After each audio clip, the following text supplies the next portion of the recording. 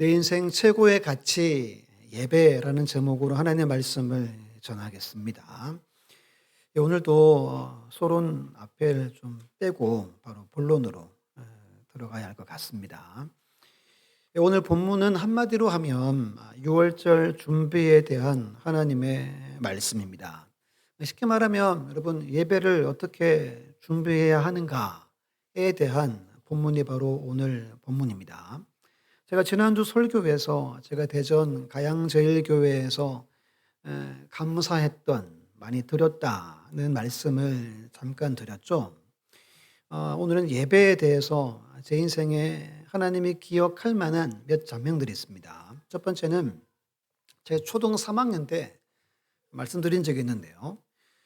주일학교 어릴 때 그 어린이 주일학교 오후 예배가 있었죠.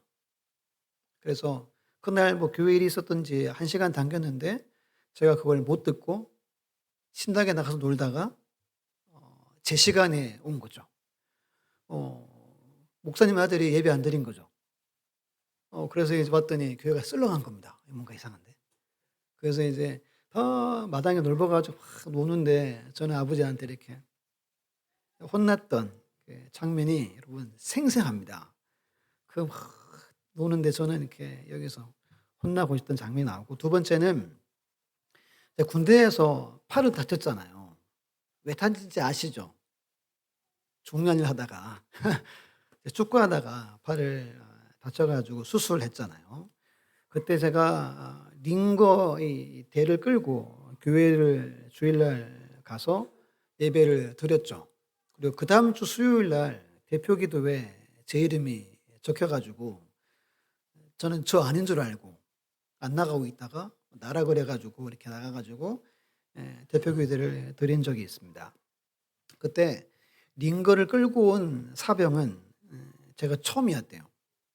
이 장면하고, 세 번째는 제가 제대를 하고 이제 아버지 교회를 한동안 섬겼는데 중고등부 수련회를 여름에 대학을 기억합니다. 경북과학대 애들을 수련회 단체 수련회 갔어요.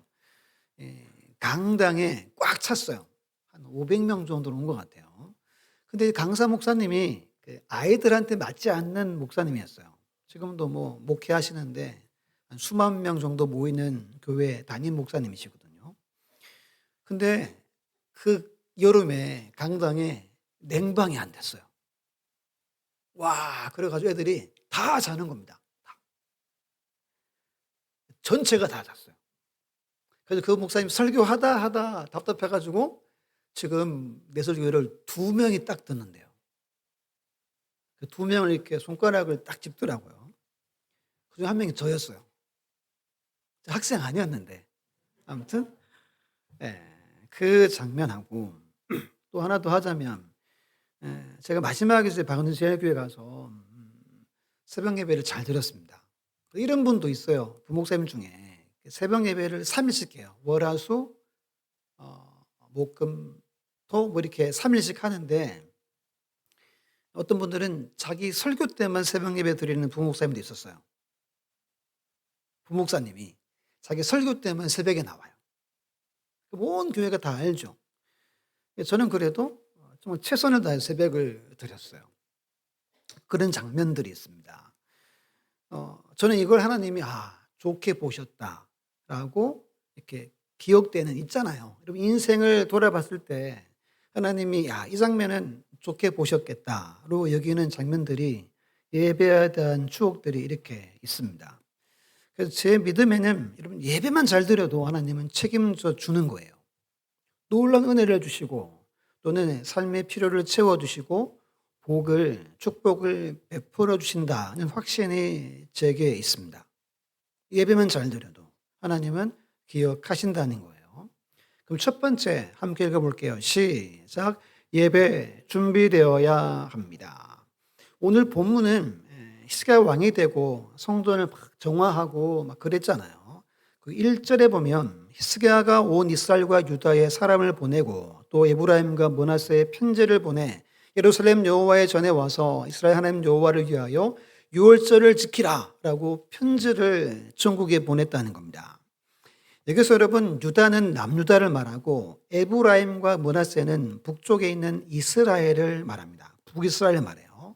이미 아수르에게 나라가 멸망해서 나라가 사라져버린 거기에도 편지를 보내어서 우리 함께 모여서 예배하자라고 편지를 보낸 겁니다. 여러분 하나님의 섭리라는 말을 교회에서 많이 씁니다. 섭리. 섭리란 말은 세상과 우주 만물을 하나님이 다스리고 통치하신다는 겁니다.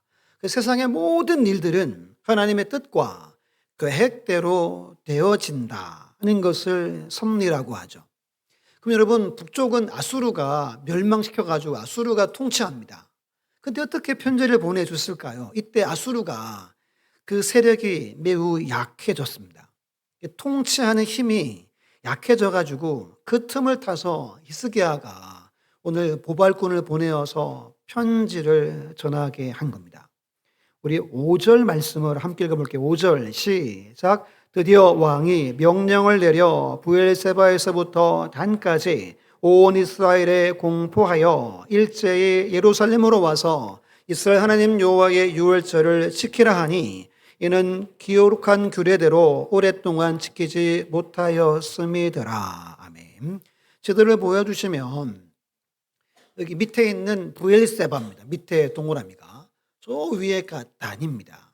이 말은 전국에 편지를 보내고 공포를 했다라고 이제 말할 때 보통 브엘세바에서부터 단까지라고 이야기를 하는 겁니다.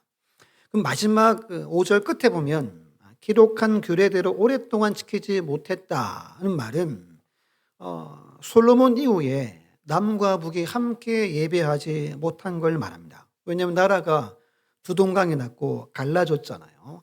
약 한 220년 정도 만에 지금 남북이 연합해서 6월절 지금 예배를 드리려고 하는 장면입니다. 그러니까 오늘 이 본문의 장면은 엄청나게 중요한 상당한 의미가 있는 장면인 겁니다. 그 2절 보면 방백들과 회중들과 회의를 합니다. 의논을 합니다. 쉽게 말하면 오늘날 대통령이 국무회의 같은 걸 한 겁니다.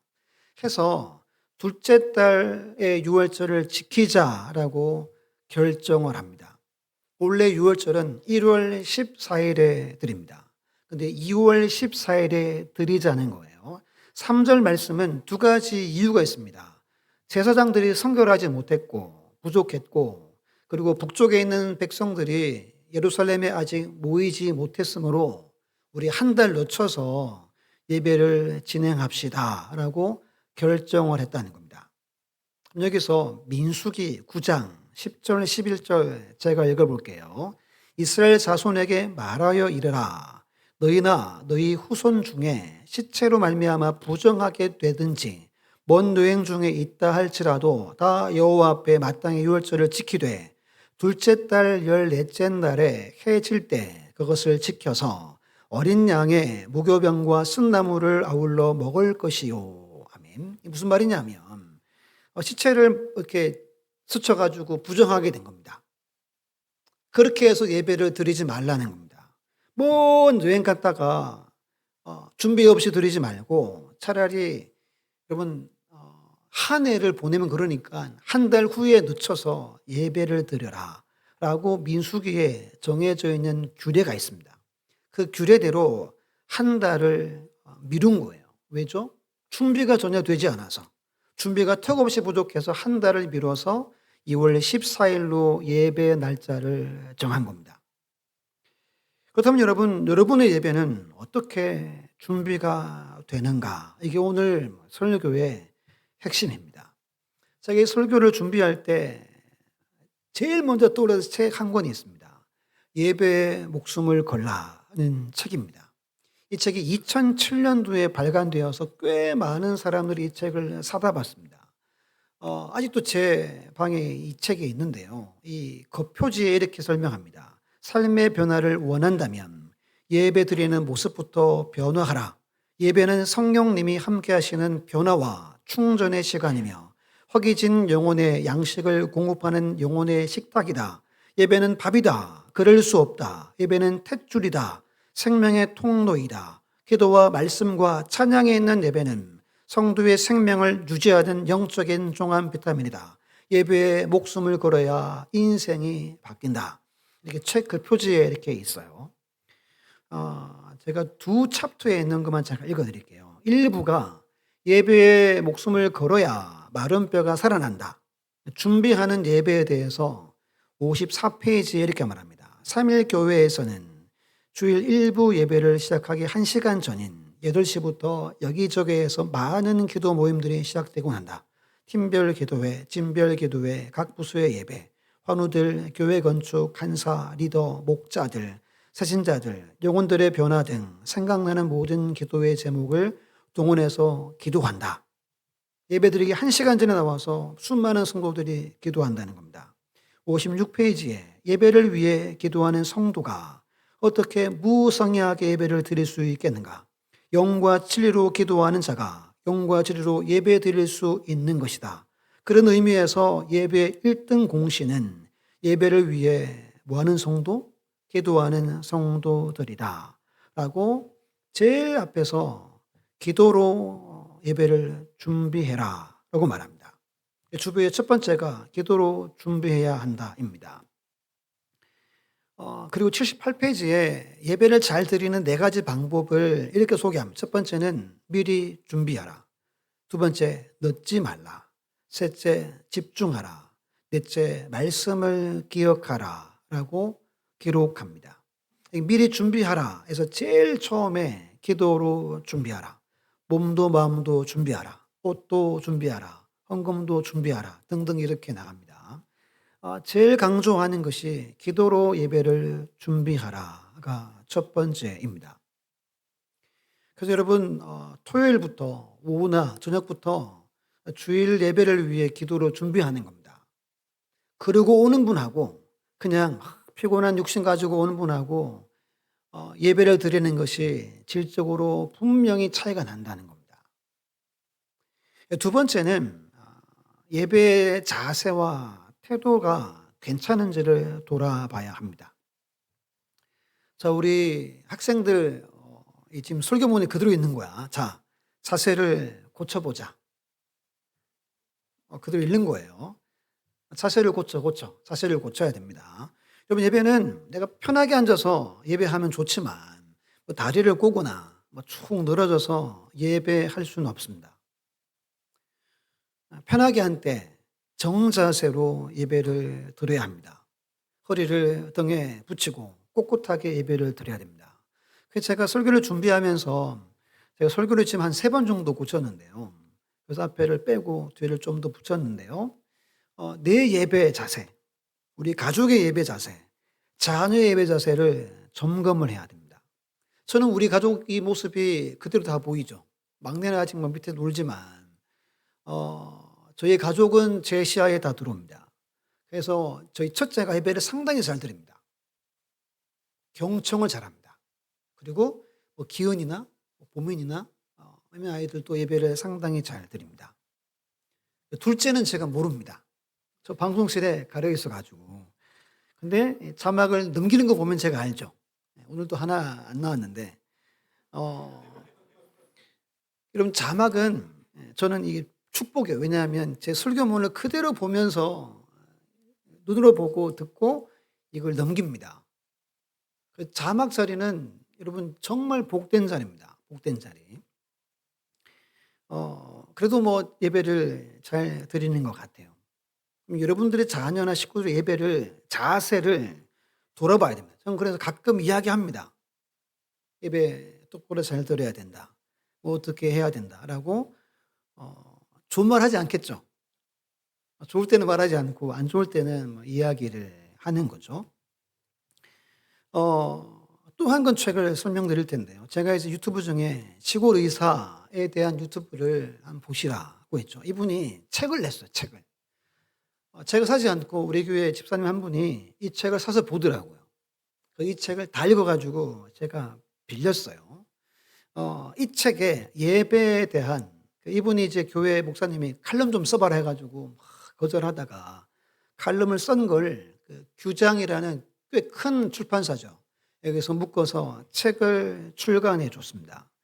제가 읽어드릴게요. 예배에 대한 한 중간입니다. 성인이 되어 어느 날 레위기를 읽던 중에 하나님께서 이스라엘 백성에게 제사에 쓰이는 제물을 드릴 때 흠없는 짐승과 고운 가루로 드리라고 여러 번 강조하여 말씀하시는 게 눈에 들어왔습니다. 처음에는 이스라엘 백성이 참 힘들었겠다 싶었습니다. 매번 흠없는 소나 양을 찾으려 얼마나 힘들었을까.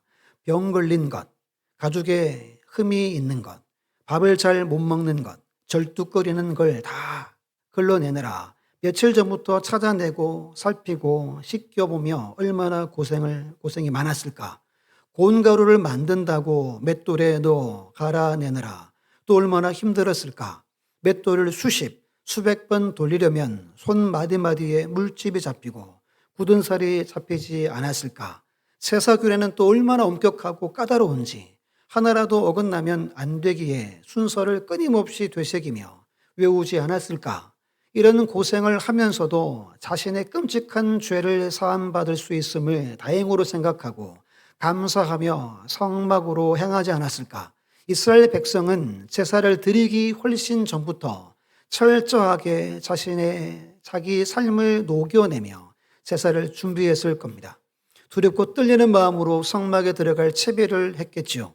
그리고 간절한 마음으로 짐승을 잡아 각을 뜨고 가죽을 벗기면서 자기 죄를 뉘우치고 사함받았을 겁니다. 제사를 묵상하며 제 모습을 돌아보았습니다. 과연 나는 어떤 마음과 자세로 예배를 준비해 왔는가? 죄를 진심으로 뉘우치며 회개하는 마음이 있는가? 예배를 향한 정성과 순전한 마음이 있는가? 삶을 녹여내는 헌신이 있는가? 라고 스스로에게 묻습니다. 그리고 독자들에게 이렇게 말합니다. 여러분의 예배는 어떻습니까? 어떤 마음으로 예배를 준비합니까? 흠없는 짐승을 찾으려는 수고와 고운 가루를 만들려는 헌신이 예배에 녹아 있습니까? 절박한 심정으로 내 죄와 삶을 각을 떠서 산제물로 드릴 준비를 하고 있나요? 간절한 마음으로 하나님을 만날 준비가 되어 있나요? 라고 이 챕터, 예배라는 챕터를 마칩니다. 성경 한 구절을 기록합니다. 로마서 12장 1절 함께 읽어볼게요. 시작. 그러므로 형제들아 내가 하나님의 모든 자비하심으로 너희를 권하노니 너희 몸을 하나님이 기뻐하시는 거룩한 산제물로 드리라. 이는 너희가 드릴 영적 예배니라. 아멘. 구약 예배는 엄청난 준비가 필요했습니다. 물론 지금은 예수 그리스도의 보혈의 은혜로 그런 준비가 필요치 않지만 하나님 우리의 중심 보시니까 우리의 마음의 자세, 우리의 마음의 태도를 분명히 보신다는 거예요. 여러분 역대하 35장 한번 펴보세요. 35장 펴보면 1절로 16절에 보면 준비 그리고 구비라는 단어가 같은 단어인데요. 이 단어가 7번 나옵니다. 한번 동그라미 해보세요. 4절에 준비 나오죠. 6절에도 준비 나옵니다. 10절에 아마 구비죠. 준비 구비 나옵니다. 14절에 준비가 2번 나옵니다. 그리고 15절에 한 번 나오고 16절에 한 번 나옵니다. 이 모두 합치면 7번입니다. 7은 무슨 수죠? 완전수죠. 완전수. 그러니까 완전히 준비했다란 말입니다.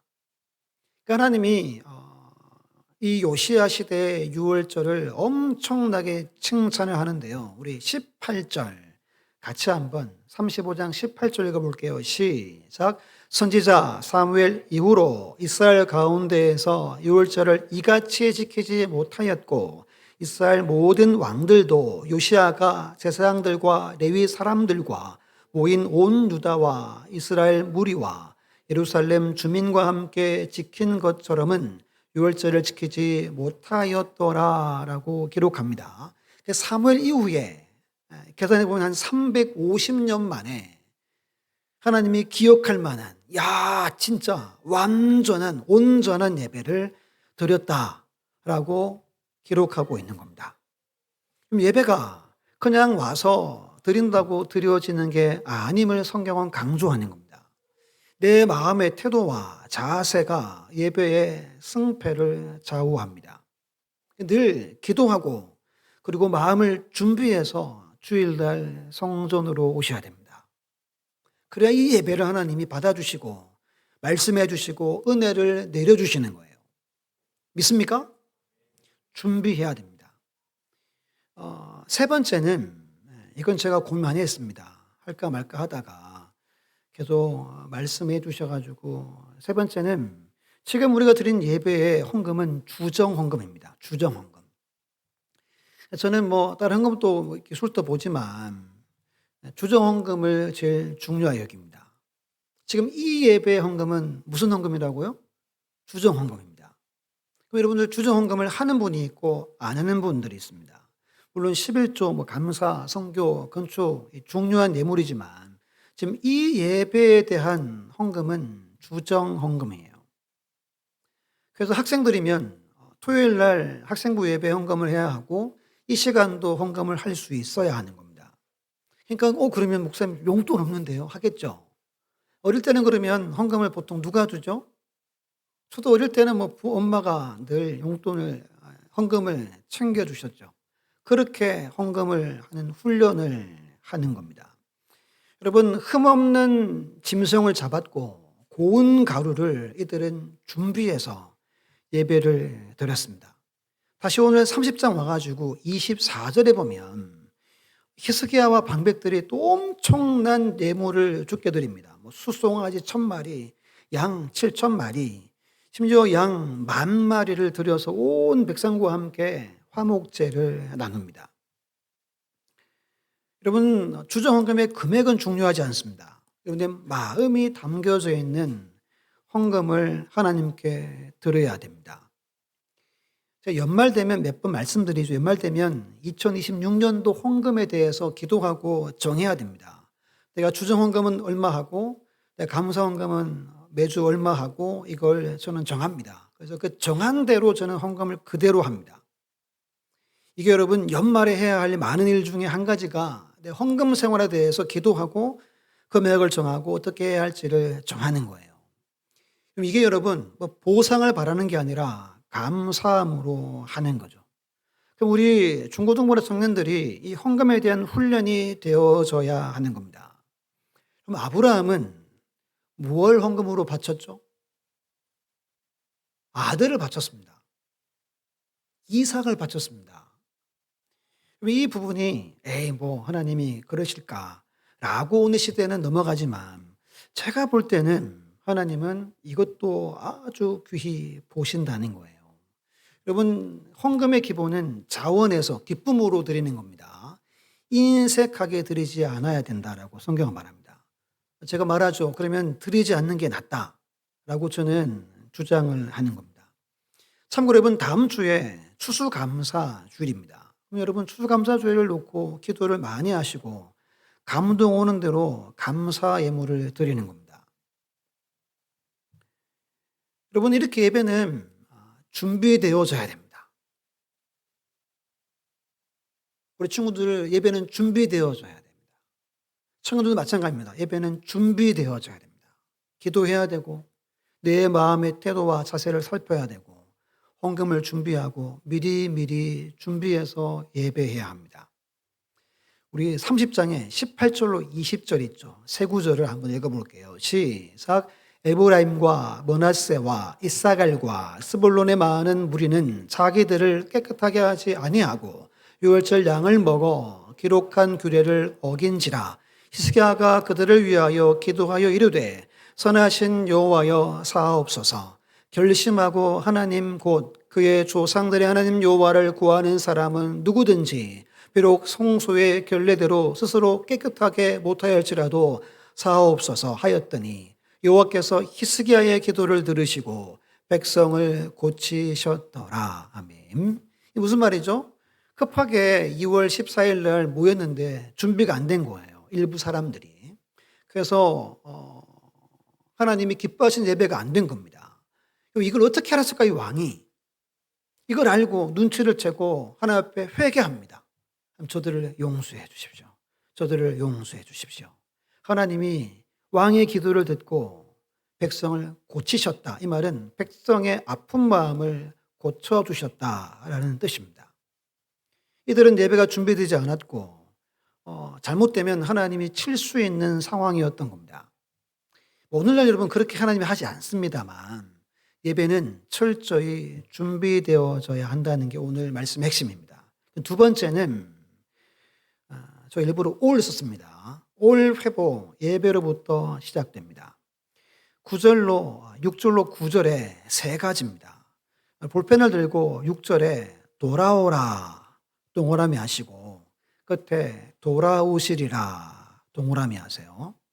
그럼 지금 이들이 북쪽에서 지금 북쪽에 편지를 보낸 이야기입니다. 나라가 망하고 예배가 무너지고 피가 섞이고 막 엉망이 된 거예요. 돌아와서 예배하라는 겁니다. 그러면 하나님이 돌아오실 것이다 라고 엄청난 말을 하는 겁니다. 사진을 보여주시면 계시록 3장 20절 말씀에 예수님이 문 밖에서 두드립니다. 이 문을 열 수 있는 건 누가 열죠? 내가 여는 겁니다. 여러분, 내가 예배에 나오면 하나님이 우리에게 오셔서 우리를 만나 주신다는 거예요. 그래도 관계 회복은 예배로부터 시작이 되는 겁니다. 그 예배를 잘 드려야 하나님과의 관계가 회복되고 하나님이 우리의 삶에 돌아오시는 거예요. 그래서 이 30장에 돌아온다라는 말도 7번 기록하고 있습니다. 이게 첫 번째입니다. 이런 돌아와야 예배해야 하나님의 은혜와 관계와 만남이 회복됩니다. 모든 문제 회복은 하나님과의 관계 회복의 첫 번째 열쇠가 있죠. 이 첫 번째입니다. 두 번째는 7절, 8절 한번 눈으로 한번 보세요. 7절, 8절 제가 한 10초, 20초 드릴게요.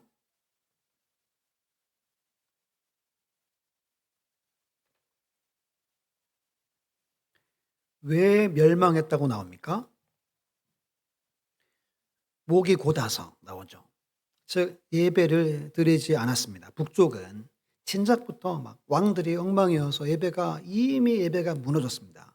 여러분 예배가 무너져서 나라가 명한 거예요. 계시록 20장 13절에 말합니다. 그러나 이스라엘 족속이 광야에서 내게 반역하여 사람이 준행하면 그로 말미암아 삶을 얻을 나의 율례를 준행하지 아니하며 나의 규례를 멸시하였고 나의 안식일을 크게 더럽혔으므로 내가 이르기를 내가 내 분노를 광야에서 그들에게 쏟아 멸하리라 하였으나 라고 에스겔서에서도 말합니다. 근데 여러분 이 8절에 돌아와라는 단어가 있죠. 이 단어의 뜻이 손을 주다입니다. 하나님께 손을 주다. 이 말은 하나님께 굴복하고 항복하고 맡긴다라는 말입니다. 예배가 뭐냐? 하나님께 굴복하고 항복하고 내 삶을 맡겨드리는 게 예배입니다.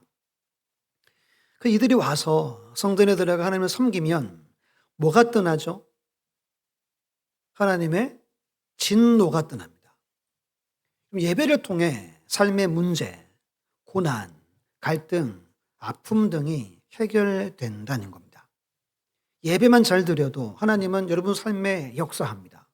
굴복하고 맡겨드린 예배를 우리는 드려야 하는 겁니다. 9절은 더 중요한데요. 9절 보시면 제가 읽어볼게요. 너희가 만일 여호와께 돌아오면 너희 형제들과 너희 자녀가 사로잡은 자들에게서 자비를 입어 다시 이 땅으로 돌아오리라. 너희 하나님 여호와는 은혜로우시고 자비하신지라. 너희가 그에게로 돌아오면 그의 얼굴을 너희에게로 돌이키지 아니하시리라 하였더라. 지금 무슨 말입니까? 여러분 예배 잘 드리면 자기 형제들과 자녀들을 다시 돌아오게 한다는 자비를 입게 한대요. 오늘날로 치면 여러분 예배 잘 드리면 여러분들의 가족들이 자녀들이 영혼 구원의 은혜를 입는다는 말입니다. 예배만 잘 드려도 하나님은 역사한다는 거예요. 그리고 마지막에 하나님의 얼굴이 여러분들에게서 외면하지 않으신다라고 기록을 합니다. 민수기 6장에 세 가지 축복 중에 두 가지가 얼굴과 함께 되죠. 내 얼굴을 비추사 은혜 베풀기를 원하며 내 얼굴을 향하여 드사 평강 두시기를 원하노라. 이 엄청난 복입니다. 그럼 예배 잘 드리면 하나님의 얼굴이 내 삶을 늘 주시하고 비추고 향하여 있으신다라고 말씀하는 겁니다. 그야말로 모든 것이 회복되는 첫 단추는 예배에 있습니다. 예배에. 그래서 히스기야가 공포하고 편지 보내고 모여라 모여라 모여라 예배하자라고 기록을 하고 있는 겁니다. 세 번째는 그러면 남은 인생 어떻게 예배하며 살아가시겠습니까? 10절에 보면 편지를 보냈잖아요. 사람들 보냈잖아요. 어떻게 했죠? 대부분 다 막 조롱하고 비웃었습니다. 뭔 예배냐? 나라가 망했는데 하나님이 어디 있냐? 뭐 온갖 욕을 다 퍼부었겠죠. 그럼 11절, 12절 우리 함께 읽습니다. 시작. 그러나 아셀과 므낫세와 스불론 중에서 몇 사람이 스스로 겸손한 마음으로 예루살렘에 이르렀고 하나님의 손이 또한 유다 사람들을 감동시키사 그들에게 왕과 방백들이 여호와의 말씀대로 전한 명령을 한 마음으로 준행하게 하셨더라. 아멘. 그래서 그 다음 단락의 제목이 뭐죠? 6월절을 성대하게 지키다로 연결됩니다.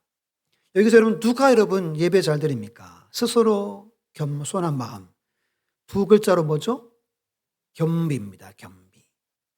결국 겸비, 마음이 낮은 사람이 참된 예배자의 삶을 살아가는 겁니다. 그림 보여주시면 이 그림은 사마리아 수가성 여인을 만나는 예수님의 이야기죠. 이 여인의 남편이 몇 번째죠? 6번째입니다. 6번째. 근데 왜 예수님은 이 부정하고 악한 여인을 만나 주셨을까요? 이 여인의 관심이 한 가지였죠. 뭐죠? 예배였습니다. 선생님, 예배 어디서 드려야 됩니까? 우리 동네 사람들은 여기서 드리라고 그러는데, 근데 유대인들은 예루살렘에 가서 드리라고 그러는데, 예배 어디서 드려야 됩니까? 이게 이 여인의 최고의 관심이었습니다. 그럼 여러분, 이 여인이 예배에 대한 간절함이 있었다는 거예요. 그래서 일부러 이 부정한 땅에 들어가가지고 이 여인을 기다리고 이 여인을 만난 거예요. 그리고 내가 메시아다. 밝히죠. 그리고 이 여인이 완전히 새롭게 거듭납니다. 모든 무게를 다 던져버리고 자유함을 얻습니다. 동네에 들어가서 메시아가 우리 동네에 오셨습니다.